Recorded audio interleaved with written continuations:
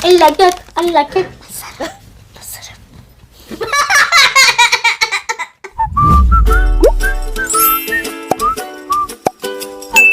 Hi guys! Welcome back to our channel! So for today's video, magta-try tayo ng mga snacks. Kasi mag-8 years na ako dito sa Spain, sa November. Sa buong 8 years na yun, malitikman talaga lahat ng mga snacks nila dito. Eh gusto ko sana na i-try ko yung mga snacks na yon kasama si Sofia. Kasi may isang video ako na na-try ko na siyang mag-snacks nito. Pero Romanian siya. Ang natatandaan ko ay nabanggit ko rin doon sa video na yun na magta-try ako ng mga sweets na snacks na kahit ano pero dito naman sa Spain. Pero ilalagay ko yung link sa baba para panoorin nyo ulit, okay? Kung gusto niya lang naman. So, tignan nyo mamaya doon sa description box yung link. May mga meron dito mga part na natikman niya na pero ako hindi ko matitikman. So, meron naman part dito na natikman ko na, siya hindi pa, at meron din na natikman na hindi pa namin dalaga natitikman talaga. So, isa-isahin ko na lang siya mamaya bawat try namin, okay? What do you want to try first? Which one? This one. Okay. How do you call this one? Palotes? Palotes. So, ito ay palotes. Gusto niya daw tikman yung palotes. Ayan siya. Hindi ko alam kung nakikita niyo siya ng maayos, pero ayan siya. So, unahin muna natin ito siya kasi kakakain lang yan siya. Nagkain na siya talaga ng lunch. Ako hindi talaga kumain ng lunch. Start na tayo. Ang dami kong daldal. Ito ay candy siya. Blue. Color blue. Delicious. Delicious? A ver. Ah! Kumukula siya sa bunganga. So, candy siya na sticky. Tapos, nakalagay dito pintalenguas. Ibig sabihin, kukulay sa sa dila. Anong flavor nito? Walang flavor. Lasang pakwan. So, ito naman, isa-try namin next. Ang excited naman tong kasama ko. Pangalan niya ay Tiko Tiko. Ayan siya, Tiko Tiko. Ay, ano pala siya? Bubblegum to. Tapos pakwan flavor.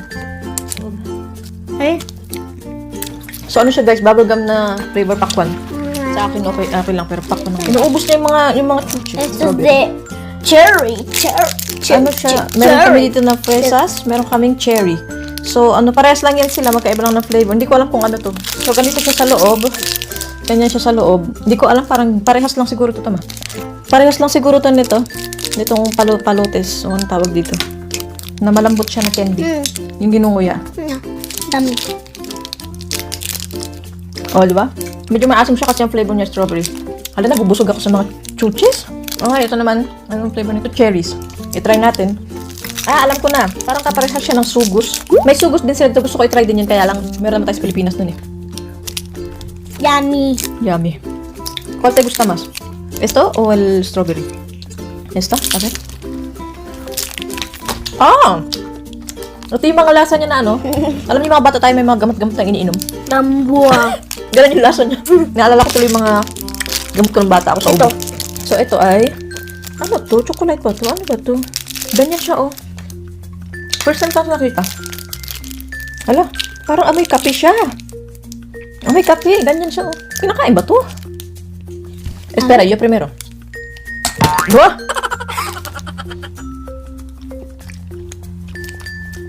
No. Kesa na sarap pala. It's bitter. It's a nice. Mapait siya ng konti, pero hindi siya yung pait na nagme-melt. Alam niyo yun, yung para siyang plastic, Feeling ko, hinahalo ko sa ewan ko, pero nandun nakahalo Filipino. sa mga chips, sa mga candies. Filipino. Ngayon, try din namin yung Filipino. Guys, alam niyo ba, yung first time ko ito nakita, hindi ko talaga siya tinry kasi sabi ko, one day, magta-try ako ng mga ganito. Itatry ko itong Filipino. So, nakikita ko siya sa tindahan. Hindi ko alam kung bakit may Filipino. So, meron siyang tatlong flavor. Dark chocolate, chocolate with milk, at white. So, ang kinuha ko lang ay chocolate with milk, at saka, dark chocolate. Kasi gusto ko siyang i-try. Yung white kasi hindi ako masyadong fanatic ng white. So, meron na ito. Tapos, meron akong isa. ¿Dónde está Sofia? Donuts.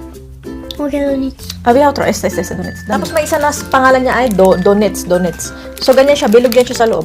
Feeling ko parehas sila, pero gusto ko silang i-try na dalawa para i-compare sila, okay? So, i-try na natin kasi excited masyado yung batang ko. Talaga. Yan nga. Quality gusta primero. Try na namin yung chocolate with milk. So, compare namin sa ako lang magko-compare kasi hindi naman siya marunong. Ito, hindi pa namin ito na-try. Kahit ako kaya siya excited. Tignan niyo, maliliit. Ganyan siya. Siya kumakagat kasi yung ngipin niya dito umuga. I like it. You liked it? Filipino, sayama. I like it.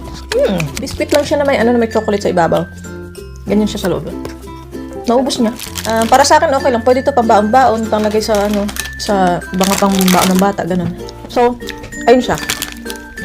Meron siya, pero hindi siya masyadong malambot, matigas siya ng biscuit. Try natin tong dark chocolate naman siya. Ang cute ka mo ng itsura niya, natutuwa ako, ganyan siya. Meron siyang, hindi ko alam kailan. I like it.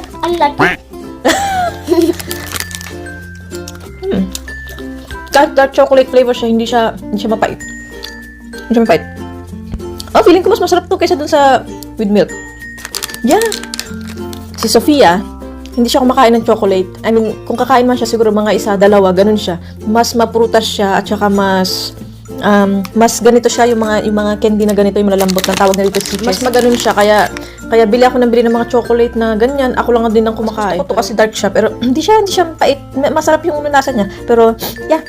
Wait lang, bigyan ko muna siya ng tubig at nauuhaw daw siya. Sinasabi ko na hindi siya ma-chocolate, mas machuches siya. Nagustuhan niya to, nakakatuwa kasi hindi talaga rin siya kahit yung biscuit na chocolate flavor, hindi siya kumakain, pero gusto niya to. Siguro kasi Pilipina yung nanay niya. Anyway, let's try this one first so we can compare this, okay? Medyo may pagkakahawig sila pero mas malaki to. Ay, parang malambot yung loob niya. So, ganito siya. Malambot yung loob niya, hindi siya. Pinapay siya. Es muy blando. Dami. So, donut ito, donut. Donut siya na filled with chocolate, hindi siya, yung Filipinos, siya, biscuit yung loob niya matigas. Pero para sa akin, mas gusto ko yung Filipinos. Kasi syempre, Pilipina ako. Joke lang. Mas gusto ko yung Filipinos kasi hindi siya nakakasawa. Parang ang sarap niya, ganun. Tsaka biscuit kasi siya. Ito kasi tinapay. Hindi kasi ako din mahilig ng tinapay na may chocolate, ganun. Nabuksan yung curiosity ko kasi na syempre naisip ko, ano ba yung Filipinos na yun? Ano ba yung Filipinos? Lagi ko nakikita yan sa Filipinos, pero hindi ko alam kung ano yung Filipinos. Meron kami dito, escalofrio sa pangalan. Ano siya? Parang candies yata. At nakita ko siya kumakain ito na nakaraan. Tapos natikman niya na daw to, so try ko kaya. Tatry ko to. Ang flavor niya, cola. Ya sabes, no pasa nada. Chúpalo un poco y ya me lo dirás. ¿Chúpalo? Pero no tiene sabor tanto de frío. Ano lang siya, normal na candy lang siya. Asukal, gano'n. Oh, medyo maasim siya. Oh, maasim. Ay, maasim. Gamit ang papel. Gamit ang papel.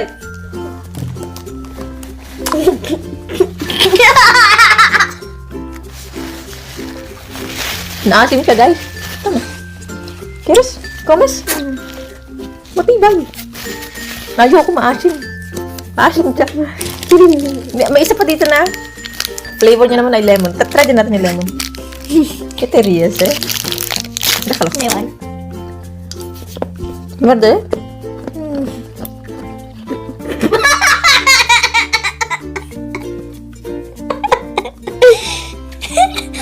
Mas maasim. Mas maasim. Mas maasim siya. Tawa-tawa siya naman niya ang presisyanto. Mas maasim siya, guys, kaysa sa isa. Ganito hindi pa ako kumakain. Ito siya, tinapay. Waikies pangalan niya. Tinapay siya na may chocolate sa loob. I-try natin. Pinapabahan ko sa kanya sa school, pero ako hindi ko para titikman to. Nakita ko kasi na binibigyan sila ng ganito pag may birthday ng bata pa siya sa school, pero hindi ko pa to natitikman. Keres pa ba? No? Ito. Ang sarap. Ala, gusto ko siya. Ala, ang sarap niya. Pero ito masarap siya. Masarap. Save ko to para mamaya. Gusto ko siya. Okay. So, ang usapan namin, tatapusin muna namin tong mga tikman niya na hindi ko pa natitikman. Ito, ay so pambata. Binibigay nila ito sa mga bata. Yung mga baby na Keres? Alam niyo yung kapag yung mga bata na nag-uumpisa pa lang sila magkaroon ng ngipin tapos snacks nila to. Nakita ko to doon kasi may nakikita ko yung mga bata na ito kumakain pero hindi ko pa siya natatry talaga. So, dahil na para kay Sofia talaga to, pero hindi ko naman alam ng try niya na pala to. Baka binili na siya ni Papa niya o natikpan niya sa school, sa birthday, ganun. Ano na? Ganyan siya sa loob. Ay, salty siya. Hindi siya maalat. Pambata talaga siya. So, tatlong ganito siya, tatlong palito siya, tatlong stick siya. Gusto ko siya. Kaya siguro binibigyan nila sa mga bata kasi hindi siya maalat, tapos malambot siya. Alam niyo yun? I like it. Ito, Monchitos. Rice daw siya na may flavor. So, tignan natin. Ganyan. Ay, ganyan yung loob niya, oh. Para siyang rice grains, pero mas mataba siya. Ano siya? May pagka-smoke flavor. Okay lang din. Hindi siya maalat. Pambata. Hindi siya maalat. Meron pa sunog dito. No. Okay. Meron kami ditong dalawang croissant. Itong croissant na to, meron kami talaga dito sa bahay kasi minsan nilalagyan ko siya ng keso at saka ng hamon sa loob. So, eto, natikman niya na to. Tsaka tinapay lang naman to. Ito, may flavor siya na, alam niyo yung Dubai chocolate, Dubai whatever na nauuso ngayon. So, may ganun siyang flavor, kaya gusto ko siyang tikman. Ayaw niya. Kaya nilagay niya doon kasi ayaw niyang tikman. Hatiin natin sa gitna kung anong kakalabasan. Hala! Meron siyang green sa loob. May green siya. Sugar. Sugar lang yung loob. Hindi naman talaga siya pistachios. Hindi ko siya gusto. Binilihan ni Mihay kasi sabi niya gusto niya daw i-try. Ay, kilas comido todo. Kinain niya talaga lahat ng ng escalofrio. Kinain niya lang. As comido todo el escalofrio. Bueno. Pipas. Natikman ko to isang beses. Pero matagal na yun. Nung nagbiyahe kami ni Mihay papunta sa Barcelona. Nung bagong dating pa lang ako dito. Bumaba kami sa bus stop. Baba kami sa bus stop, tapos namili siya nito kasi siya gusto niya to. So, nagustuhan din to ni Sofia. Pero ako hindi talaga kasi ako mahilig magkain-kain ng mga ganito-ganitong bagay. So, ako ngayon natry ko siya. Meron siyang sunflower seeds sa loob. Tapos, kaya sabi ko nga sa inyo, hindi ako mahilig kumain ng ganito. Ito mahilig kasi nga may sunflower seeds siya. Kasi yung lola niya, binigyan din siya ng sunflower seeds. Ayun, yung seeds lang talaga siya na pinapapak mo lang talaga siya. Para siyang mga butong pakwan, ganun, butong kalabasa, pero wala na siyang balat. So, meron siya dito, isang plastic kinakain niya, mahilig siya doon. Mahilig din siya dito. So, gusto niya ito, binabaan niya sa school. Kinakain niya ito kaysa doon sa Oreo, kaysa sa kung ano man yung binibigay mo sa kanya na chocolate. Oreo. So, ganyan siya. Tapos, meron siyang nakadikit na seeds sa loob, yung sunflower. Crunchy. No lo sabías, pruébalo. No? Tignan niyo, may mga asin-asin pa siya nakadikit. Pero hindi siya salty. Kaya, okay lang. Ito, bukas na siya kasi binili ko to para i-try ni Sofia kasi mahilig siya sa mga ganyang healthy na bagay. At si Mihay din. Tinry nila, pero hindi na nagustuhan. So ako gusto ko din siya i-try para malaman kung ano yung lasa niya. Tortas, aceite. O, ayan siya.